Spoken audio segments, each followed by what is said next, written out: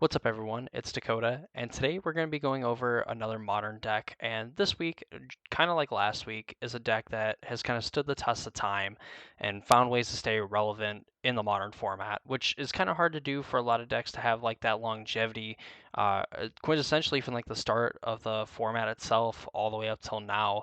This is a deck that has infuriated new and seasoned players alike, and I can't wait to share it with you guys today because it's going to be a blazing fast one as we take a look into Burn for the modern format. So here we have the Burn deck played by Maltanis01 in the Modern Challenge, which actually took first place, going 6-1 in the Swiss, and obviously running through the top 8. But before we get too deep into Burn and discussing all of its slack-jawedness, I'd really appreciate it if you are not already subscribed to the channel, if you consider subscribing. It's free, it's the best way to support my content, and of course, I post 3 to 4 videos every week between the Modern and Pioneer format, so that stuff's kind of cool. And yeah, you can also join the Discord. I have the link in the description of this video. It's kind of bare bones for the most part right now, just because it was set up for like when I was like streaming more. But as we kind of get more people, we can add like more channels and stuff like that. But I can only do that if you go and join the Discord. Link is in the description of this video. Anyway, let's look at the Burn deck. This is going to be relatively simple because Burn is one of the most basic decks that you can play in the format, having a straightforward game plan, but also putting you in spots that can be a little awkward and a little complex and does have a little bit different of like a decision tree that most decks have. So starting off, we're going to look at the creatures for the deck. Very simple, short, sweet. For Goblin Guide, Goblin Guide says when it attacks, defending player reveals the top card of the library. If it's a land card, they put it in their hand, and it's a 1 mana 2/2 with haste. So Goblin Guide is probably on the floor is one of like your best creatures and probably one of the best one drops you can play in Burn. While it might seem weird that a card like Ragavan is not just replacing Goblin Guide, is basically a testament to how good Goblin Guide has been really since it was printed back in the original Zendikar block. So the fact that Goblin Guide on turn 1 usually just gets in for 2, and like even if he like draws your opponent like a land, really doesn't matter. It can help you get some information too on like what you're playing against and what you can do with some of your burn spells. Um, just by what card they flip, and that's just up to how well that you know the format. And obviously, if you can figure out if your opponent is playing a deck that is considered a tier deck or like a known deck in the modern format, or if they're playing a brew or maybe just something a little off the wall. Goblin Guide through and through is probably one of your most aggressive creatures, which brings us to the next creature, Monastery Swiftspear, which is another 1-drop where on turn 1 it gets in for just 1 point. So it gets in for 1 less point, but obviously the potential damage stacks up with some of the other spells that we're going to go over here in a minute. So then the last creature we have is Eidolon the Great Revel. Whenever a player casts a spell with converted mana cost 3 or less, Eidolon deals 2 damage to that player. Obviously, the format is very efficient. A lot of the removal is 1 to 2 mana. A lot of like the threats are 1 to 2 mana. And against some of the decks, Eidolon is just lights out, especially if they can't deal with it. And if Eidolon gets to deal 4 damage just from your opponent casting spells, and like the second spell is the one that removes Eidolon, it's still 2 mana, deals like 4 damage, which is kind of what like the bar is for a lot of the 2 mana spells in this deck, which we will obviously get to here in a minute. Eidolon is secretly one of your best spells, especially in like decks that want to be playing multiple spells a turn, kind of like the Ledger Shredder decks, playing against like the Murktide decks where they just kind of cantrip and do a bunch of different things that can be kind of silly. Eidolon punishes those decks for kind of dirtling and forces them to win the game. And again, if this card deals like 2 to 4 damage, that's pretty good. If it deals any more than 4 damage, Eidolon has more than done its job and really should make it easier for you to finish off the game. So now we have spells. Obviously, it's called Burn for a reason. A lot of these cards just, actually all these cards just deal some amount of damage, probably the most efficiently for the format, minus cards that care about like basic land types and stuff like that. Chroma, I think was at one point, something like that. Anyway, so we have 8 1-drops, which are basically just lightning bolts. So you have like Lava Spike, which is a sorcery speed, deal damage to target player. Or Lightning Bolt deals 3 damage to any target. Obviously, 1 mana dealing 3 damage is the standard for these cards, and you can get cards like Skewer the Critics, that Spectacle for 1 red, so like you have to follow it up with like a lava spike or hitting your opponent with like a creature. But at that point, it basically becomes a 12th bolt, which of course, if Lightning Bolt and Lava Spike are good enough to be played in the burn deck, then obviously any other card that can deal deal 3 damage for 1 mana is allowed in this deck as well. Um, Now the 2-drop slash 3-drops, because Rift Bolt is technically a 1-drop, but can be cast for 3. You have like Boros Charm, which most of the time is just dealing 4 damage to target player or planeswalker. There might be some times where like you maybe like have a Swift Spear and like you go like attack, bolt, bolt, Boros Charm. I guess in that scenario, like technically Boros Charm will deal 4 and then another 4, but it's basically the same as it dealing 4 damage. So a lot of the time the mode is going to be dealing 4 damage to a player or planeswalker. You can kind of use this as like protection, like if your opponent tries to like Supreme Verdict you and you have like a few Goblin guys or Monastery Swift Spears, like this can just protect them and blank that spell. Um, you have Lightning Helix, which is only a 2 of in the deck, deals 3 damage to any target and you gain 3 life. In like burn mirrors or like decks that are just trying to out aggro you, a Lightning Helix can be a way to like kill their creatures, gain some life, maybe like essentially blank their combat and then crack back and really put them at a low, like a tough spot where like they're not going to be able to attack because you're just going to be able to come out ahead on like the race and stuff. The last set of cards we have are Searing Blaze and Skullcrack. Searing Blaze deals 1 damage to a player and 1 damage to a creature that player controls, but if you played a land, then it deals 3 and 3. This card is pretty good just for, again, being able to push damage, where if you play a Goblin guy on turn 1, then your opponent like plays a dork, you play your second land, you're able to deal 3 damage to the dork, 3 damage to them, get in for another 2 points, so on. It just creates like a lot of tempo, gets you to forward your game plan of just obviously getting their life total to 0 as fast as possible, and just kind of fits into the flow of the game. The fact that Fetchlands are so prevalent in the modern format as well, looking at like this deck list, it's playing like 3 Arid Mesa, and then it gets to play like 2 Wooded Foothills. Um, so if that gives any indication that like you are able to just like play lands, like if you're playing your third land, you're able to play like a fetch land. You don't necessarily need it right away, so you can leave it uncracked for like future Searing Blazes and stuff to deal more damage. Lastly, Skullcrack. Players can't get life this turn. Damage can't be prevented. Deal 3 damage to target player.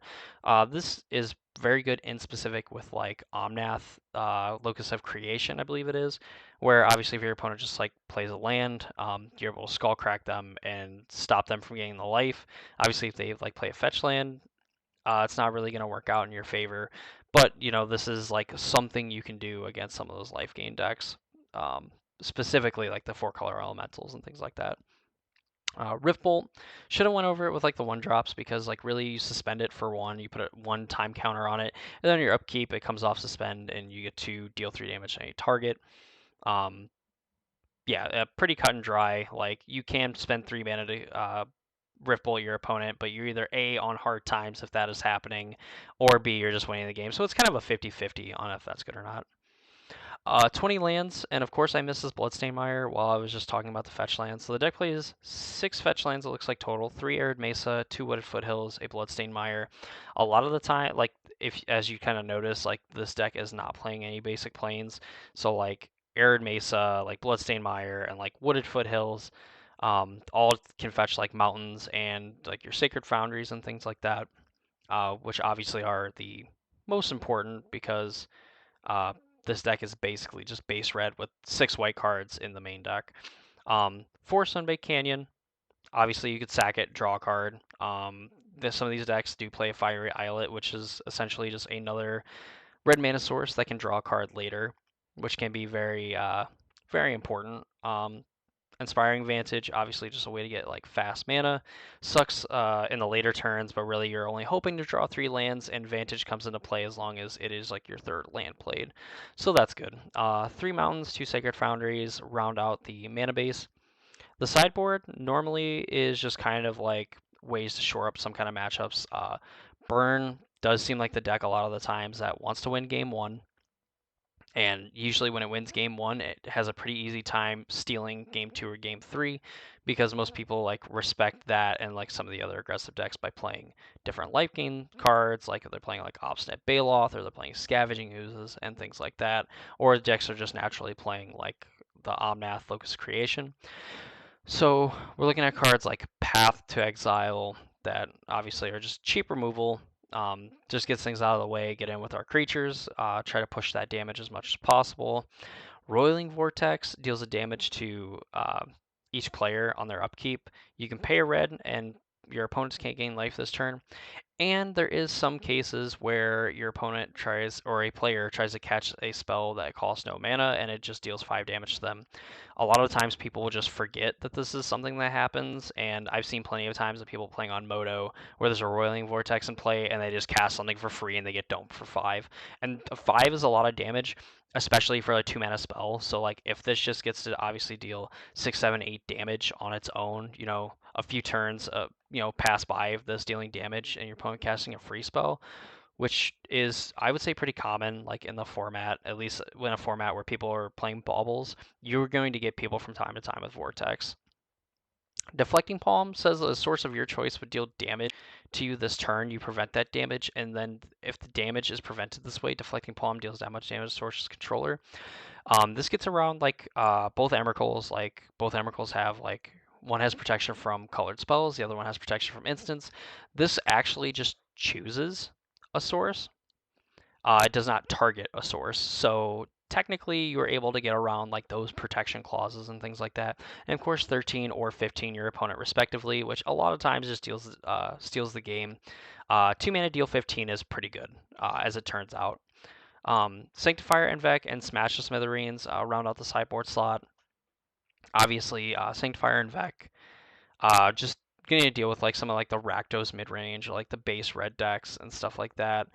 With like Smash the Smithereens basically being like a shatter effect, but getting to deal 3 damage to artifact's controller. Just another card that for 2 mana can like gain you a ton of tempo just by blowing something up. And that's the burn deck.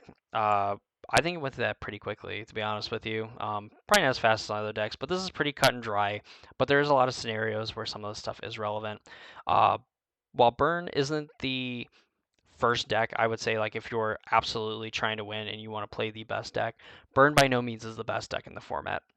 However, burn is a deck that people do need to respect, and if you play against players that just don't respect burn, a lot of the time those players just lose games if they're not prepared for it. Especially in the sideboard. If they're not prepared for it on the sideboard, they especially just lose to burn. On top of the fact that like they're gonna lose anyway because they're just not sure how to play the burn matchup. As far as like a deck just to get like started in the format and just kind of start like getting some wins and just being able to go to tournaments, burn is probably one of the best decks to start with because it is pretty budget, all things considered. Like some of these fetch lands like the Bloodstained Mire and like Wooded Foothills, you could swap for other red fetch lands, I would imagine.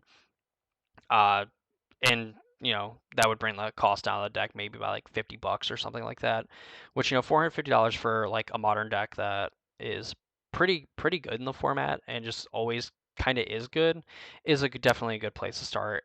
So if this is a deck that you would want to build, I guess I would recommend playing this deck. This deck is pretty good for what it is, and in the future can set you up for other modern decks to play.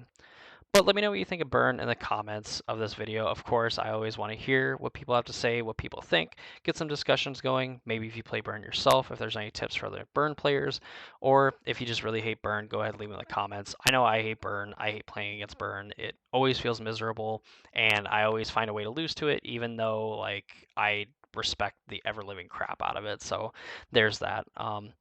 Also, be sure that if you made it to the end of this video, you should subscribe because that's a hard word to say. Since I struggled saying that, you should definitely subscribe to the channel. Obviously supports my content. I put out multiple videos a week about Magic, about different decks, and trying to get some gameplay mixed in there too with some other projects coming in the future. Be sure to join the Discord. The link is in the description of this video, as well as the deck list for this deck if you want to maybe import it to Moto or just end up building it in paper. So that's going to do it for me in this video. I hope you all enjoyed, and I hope to see you all in the next video.